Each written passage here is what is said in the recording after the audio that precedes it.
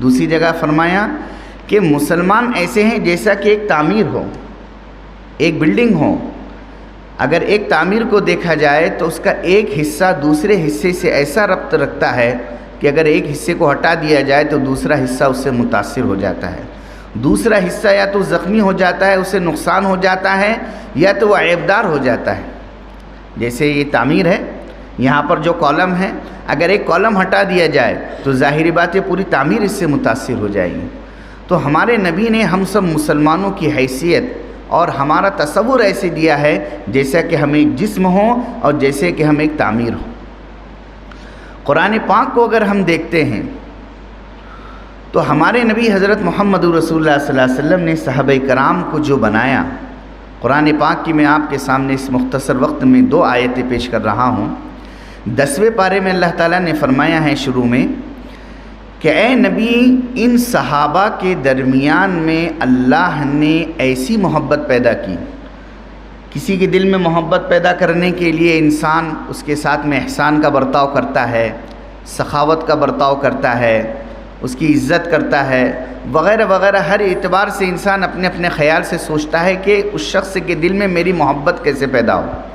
اگر آپ ان صحابہ کے درمیان میں محبت پیدا کرنے کے لیے اتنی دولت خرچ کرتے کہ یہ زمین و آسمان کے درمیان میں جتنی جگہ ہے ان سب کو اگر دولت سے بھر دیا جائے اور یہ پوری دولت اگر آپ خرچ کر دیتے تب بھی آپ صحابہ کرام کے درمیان میں ویسی محبت نہیں پیدا کر پاتے جیسی محبت اللہ تعالیٰ نے ان صحابہ کے درمیان میں پیدا کی.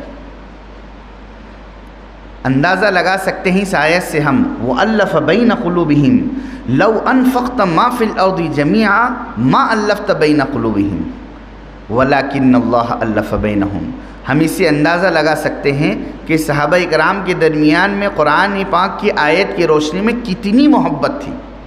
دوسری جگہ اللہ تعالیٰ فرما رہے ہیں 26 پارے میں محمد الرسول اللہ والذین معہ اشداء علی الکفار رحماء بینہم، کہ جو محمد صلی اللہ علیہ وسلم کے ساتھی ہیں، ان کے دوست ہیں، صحابہ ہیں، وہ آپس میں ایک دوسرے کے لیے بڑے نرم ہیں، ایک دوسرے کے لیے بڑی محبت رکھتے ہیں.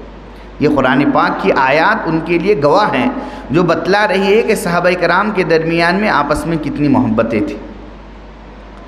اچھا، حضور اکرم صلی اللہ علیہ وسلم کے زمانے میں جو تعلیمات آپ نے پیش کی، ان تعلیمات کی روشنی میں ایک ایسا معاشرہ اور سماج تیار ہوا تھا کہ وہ بھی ایک تعجب خیز معاشرہ تھا. آج ہمارے پاس کیا ہوتا ہے؟ ہمارے پاس معاملہ یہ ہوتا ہے کہ ایک گھر ہو، کوئی مہمان آ جائے تو لوگ گھر میں بچوں کو، بیوی کو ایک دوسرے کو خاموش اور چپ کراتے ہیں.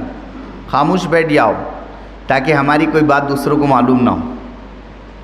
اگر کالج ہو تو اگر کوئی باہر سے مہمان آ جائے تو ہم اساتذہ کو، طلباء کو، طالبات کو، ملازمین کو ہم کہیں گے کہ بھئی تیار ہو جائیں، ذرا سا احتیاط سے رہیے.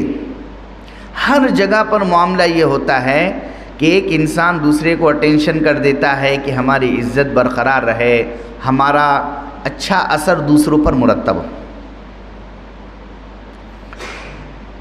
میرے بھائیو، سب سے بنیادی چیز جس پر ہمارے نبی حضرت محمد رسول اللہ صلی اللہ علیہ وسلم نے محنت کی ہے وہ انسانوں کے دل ہے اور انسانوں کے اخلاق، ان کی اچھی عادتیں.